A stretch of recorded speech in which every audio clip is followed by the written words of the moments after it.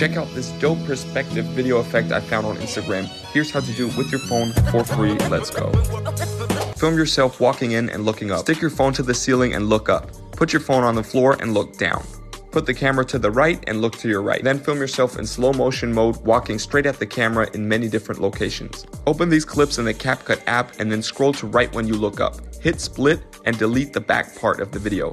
Now take the video you're looking up and scroll to right before you look up. Hit split and delete the front part to get this transition. Do the exact same thing with the looking down movement. Your video should now look like this. Do the same thing for the side, and for that dope walking outro, scroll to right before your foot hits the floor and find that same sequence in the other clip. Scroll there and then hit split and delete the front part so you have this transition.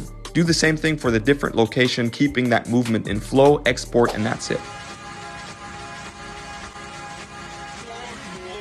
I've been blowing through the money like a grown cheese.